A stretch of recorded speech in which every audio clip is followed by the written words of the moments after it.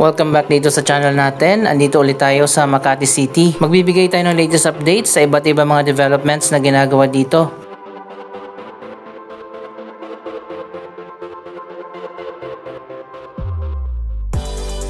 Andito tayo sa kanto ng Ayala Avenue at Paseo de Rojas at nasa tapat nga makikita na natin, yan ang bagong BPI Tower.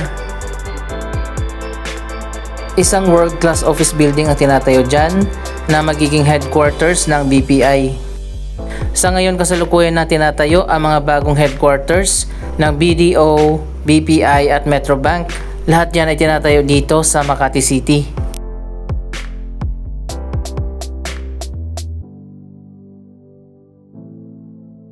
Medyo matagal pa bago matapos ang bagong BPI Tower. Year 2029 pa ang deadline nito at magbubukas sa year 2030.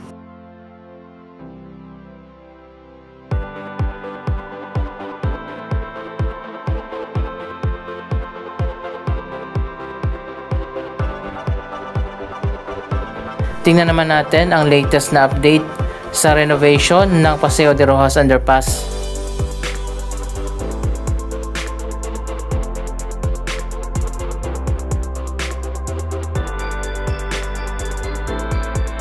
March kasi ang deadline ng proyektong ito, pero sa tingin ko hindi pa rin tapos ang renovation na ginagawa dito sa ilalim.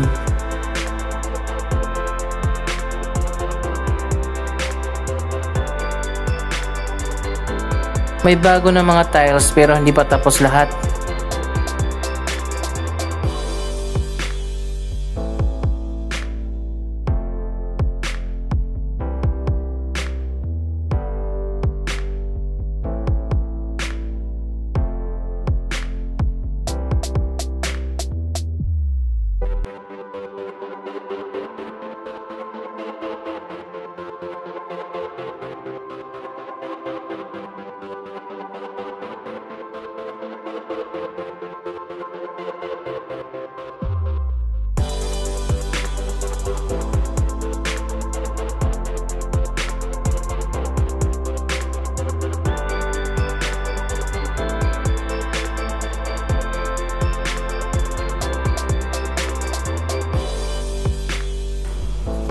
Ito na ngayon ang latest na progress. May tiles na dito sa baba. Ang inaabangan ko nga dito ang magiging bagong design ng mural dito sa may ceiling.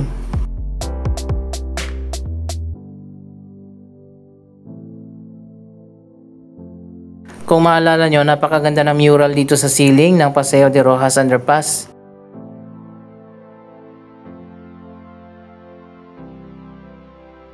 Ang underpass na ito sa Makati ang pinakamalawak.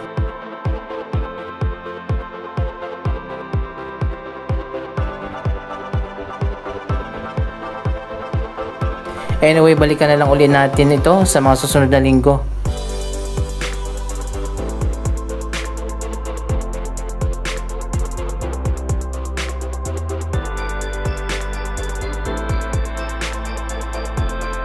Andito naman tayo sa kabila sa may De La Rosa Street.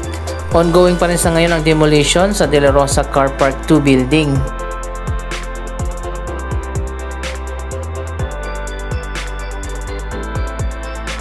Para sa mga hindi pa nakakaalam, magkakaroon na nga ng redevelopment dito sa Car Park building dahil hindi na nga ito masyadong nagagamit pa sa paglipas ng mga taon.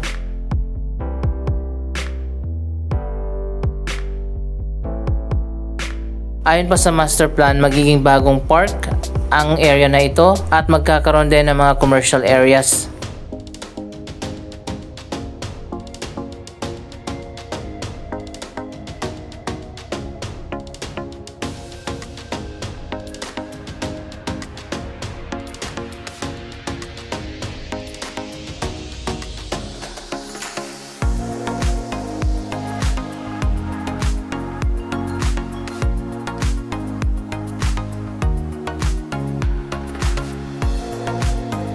Katabi lang nito yung tinatayo na bagong BPI Tower.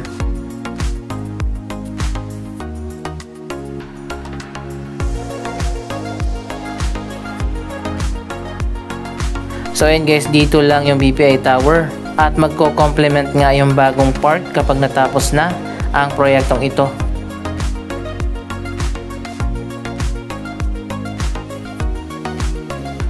Isa pang malaking proyekto dito sa Ayala Center, ang redevelopment ng mga Ayala Malls.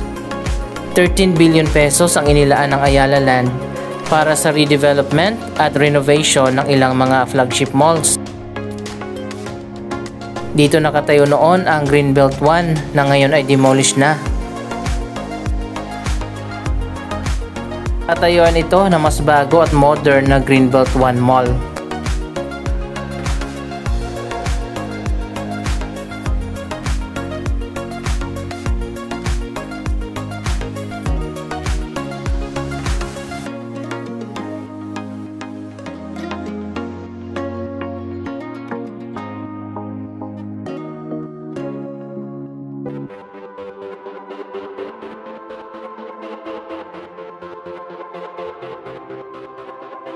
Sa ngayon ay nagsimula na nga ang construction sa bagong Greenbelt 1.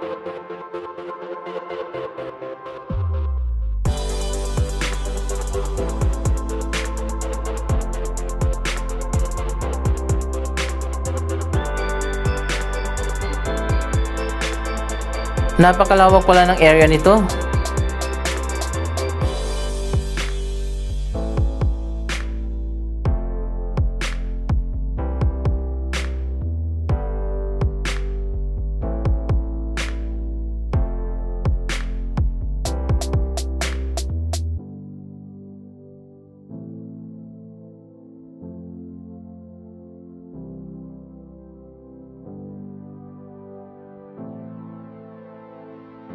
Patuloy tayong magbibigay ng progress update dito sa tinatayo na bagong Greenbelt Mall.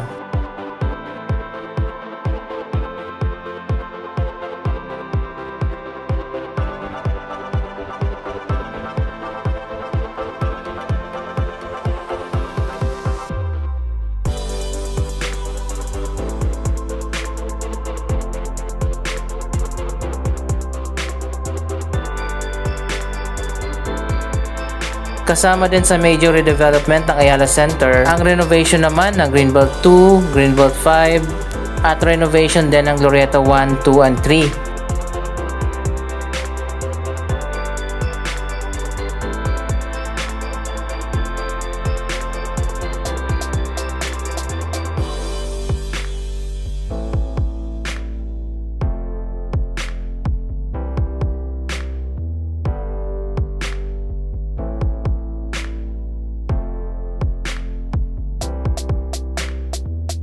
Ito na ngayon ang bagong exterior ng Greenbelt 5.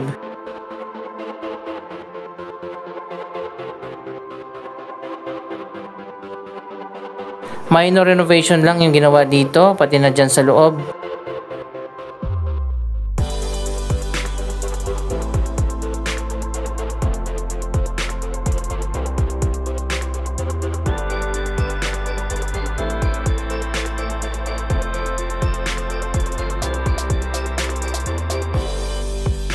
Andito na tayo sa Greenbelt Park.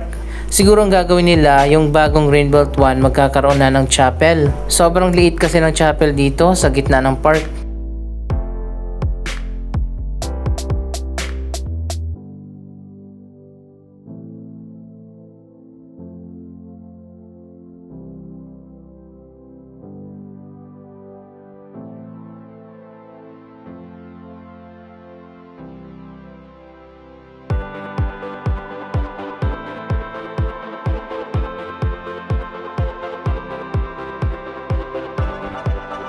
Sana mas i-open up pa at lawakan yung mga walkways dito.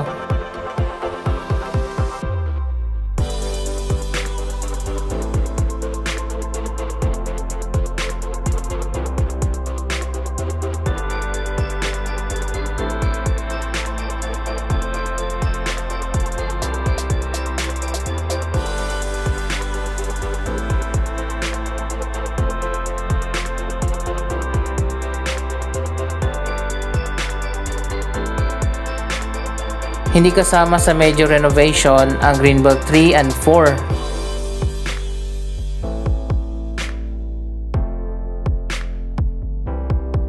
Hindi rin yata kasali sa major renovation ang Landmark Building. Anchor tenant naman kasi ang Landmark dito, kaya dapat sila na ang mag-renovate ng kanilang building.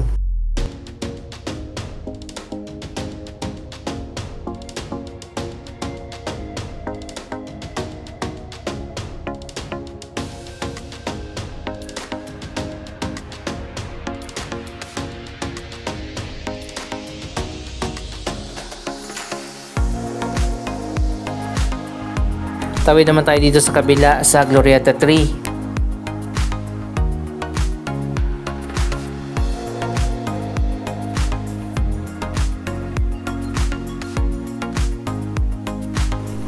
Major renovation din ang ginawa dito sa labas at sa loob.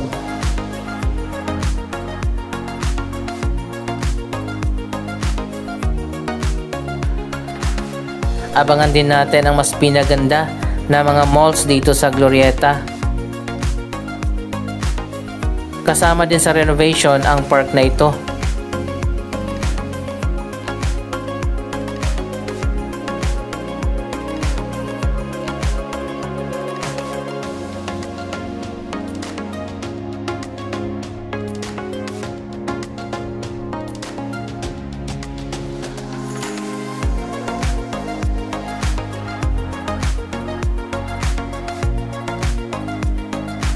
Dito pala sa gilid ng Glorieta 3 magkakaroon ng giant LED billboard.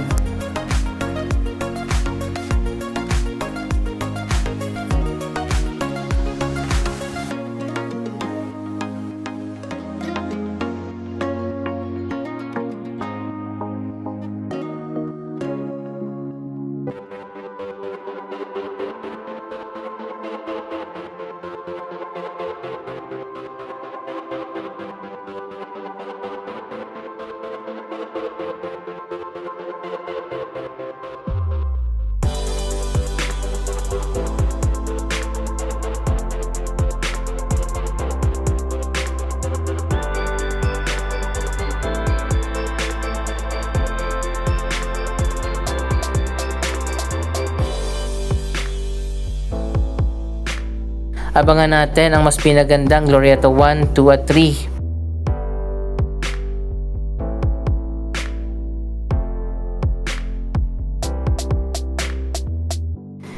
Isa pang bagong project ay itatayo dito sa steel parking na ngayon ay dinidismantle na.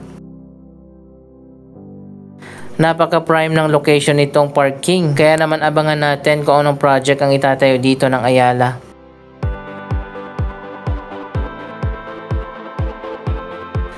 So ayan guys, ito na lang ang natitira ngayon sa steel parking. Yung malaking bahagi nito ay na-dismantle na.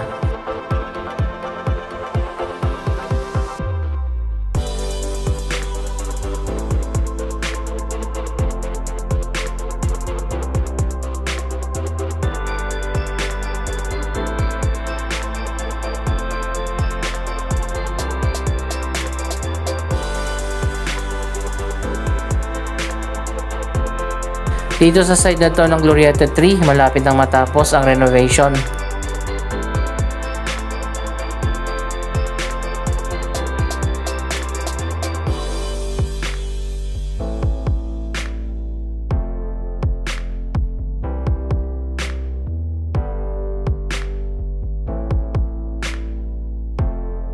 So ayun guys, dito nga sa ilalim yung dating madilim, ngayon maganda na, maliwanag na at bago na yung ceiling.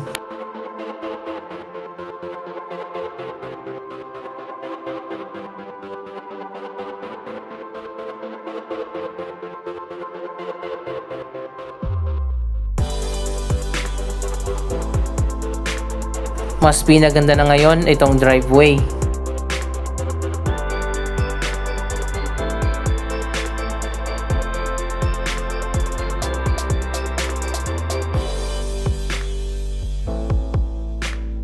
Isa pang major transformation ang mangyayari naman sa Glorieta Park. Magkakaroon ng fountain dyan sa park at magiging modern na ang design nito. Magiging directly connected na rin ang park sa Glorieta 4. Ang One Ayala Grand Terminal Project naman finally matatapos na rin mukhang tapos na ang construction ng Seda Hotel. Ano masasabi nyo sa mga latest development dito sa Makati City? Mag-comment lamang dyan sa baba ng inyong mga reaksyon. Maraming salamat sa inyong panonood. Huwag kalimutan na i-like, i-share ang video ito. Don't forget to subscribe. Thank you for watching.